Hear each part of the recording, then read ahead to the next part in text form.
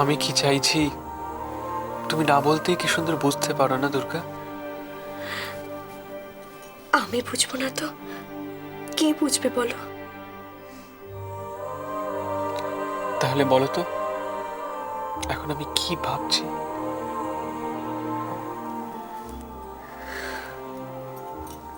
তুমি ভাবছো একদিকে তো মামনি ছিলেন, এখন আবার জেঠুমনি, দুজনে মিলে তোমাকে কোন জালে জড়াচ্ছে, কি করতে চাইছে তারা?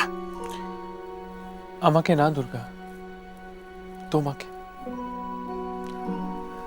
আমার জন্য তোমাকে কত কি না করতে হবে, কত কিছু সহ্য করতে হবে। সত্যি হয়তো আমাকে আরো অনেক কিছু করতে হবে, কিন্তু আমি আর সহ্য করবো না। তুমি দেখো, মুখ বুঝে আমি আর সহ্য করবো না। মামনির অন্যায় না, জেঠুমনির অন্যায় না। তুমি দেখো জেঠু, জেঠুমনি কি বললেন? দাদা পরিস্থিতির ফায়দা তুলতে চাইছে দুর্গা।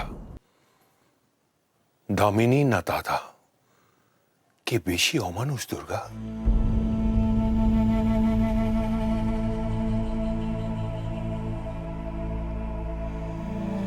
কে বেশি অমানুষ?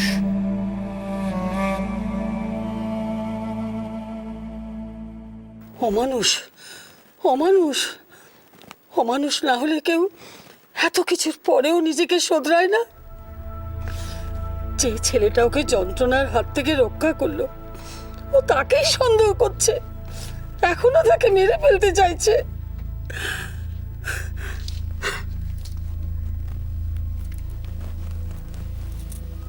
দিদা, ভুলটা তো আমরা করেছি। আমরা ভেবেছিলাম যে মামনি বদলে গেছে, নিজেকে পাল্টে ফেলেছে, কিন্তু ভুল ভেবেছিলাম। মামনি নিজেকে এক বিন্দুও বদলায়নি।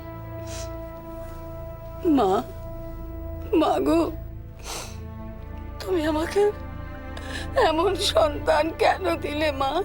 কেন দিলে? যে পাপের পথ ছাড়া আর অন্য কোনো পথ কখনো ছিল না, তাকে তুমি আমায় দিলে কেন মা গো? কেন দিলে? এর চেয়ে সন্তান না থাকাই ছিল ভালো। অমন সন্তান থাকার থেকে না থাকা ভালো। দিদা, তুমি এইভাবে ভেঙে পড়ো না প্লিজ, নিজেকে শক্ত করো।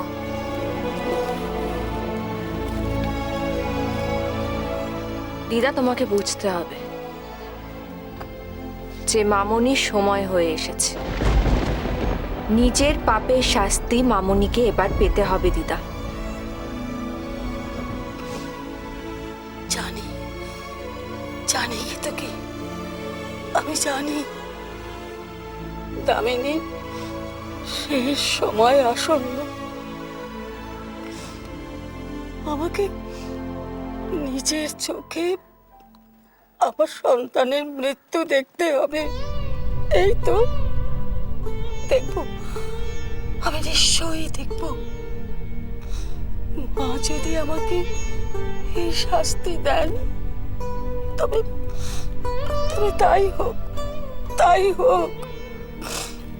তবু তবু আমার নিজের সন্তানকে বাঁচাতে গিয়ে আমি আবার আরেকজনের মৃত্যু ডেকে আনবো না। আমি কিছুতেই আনবো না। আমি আমি মা হয়ে বলছি কে তো কি, ওর মৃত্যুই ভালো, দামিনীর মৃত্যুই ভালো।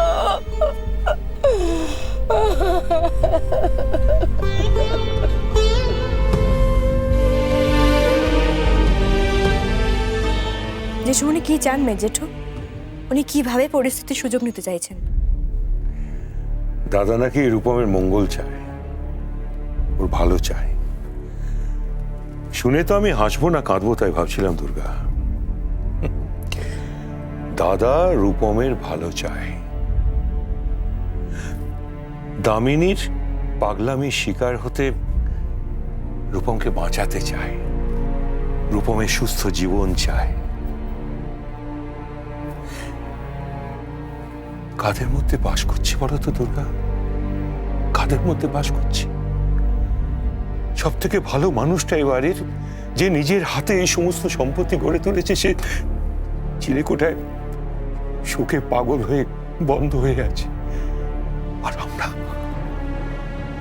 কি বলেছেন জেঠুমণি? কি এমন বলেছেন আপনাকে? কি বলেছে? রূপমকে নিয়ে তুই যতটা ভাবছিস আমিও কিন্তু ততটাই ভাবছি। রূপমকে বাঁচানোর একটা মাত্রই পথ খোলা আছে, এছাড়া অন্য কোনো পথ আমি দেখতে পাচ্ছি না। দামিনী যদি রূপমকে মেরে ফেলে, সম্পত্তি, সব সম্পত্তি কিন্তু ট্রাস্টের হাতে চলে যাবে, কোনো লাভ হবে না। ভেবে দেখ। সেই জন্য আমি বলছি যে সম্পত্তিটা যদি তুই রূপমকে দিয়ে তোর আর আমার নামে লিখে নিতে পারিস। দাদা, তুই আমার কথা শেষ করতে দিলি না অরূপ, আমার কথাটা শোন।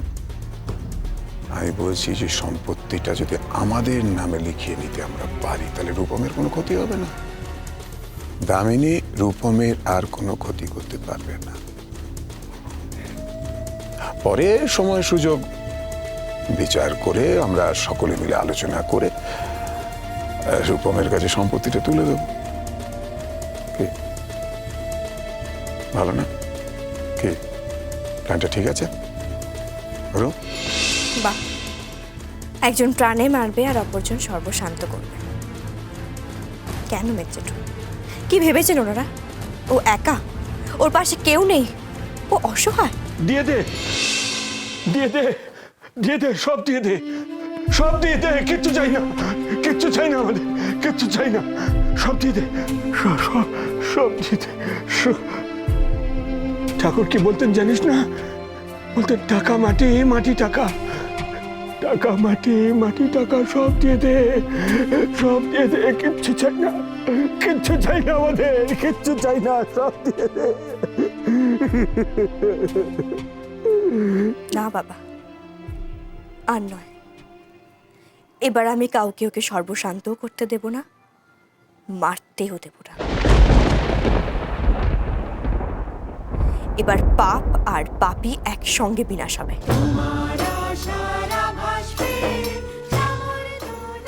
মা ঠিকই বলেছিলেন, ঠিকই বলেছিলেন মা। স্নেহময়ী মমতাময়ী দুর্গা আর নয়, পাপকে বিনাশ করতে গেলে শক্তিরূপিণী হতে হবে।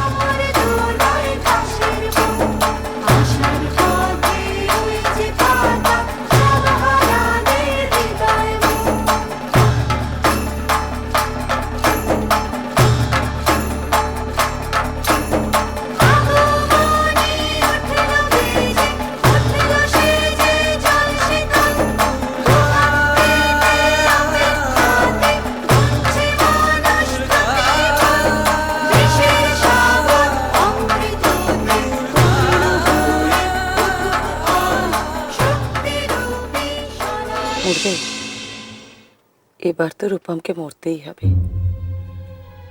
যাই, শেষবারের মতো ওর সঙ্গে ভালো ব্যবহার করে আসি, শেষবারের মতো। যে মরে যাচ্ছে তার সঙ্গে তো ভালো ব্যবহার করতে হয়। হ্যাঁ, যাই, তাই রূপমের সঙ্গে শেষবারের মতো ভালো ব্যবহার করে আসি।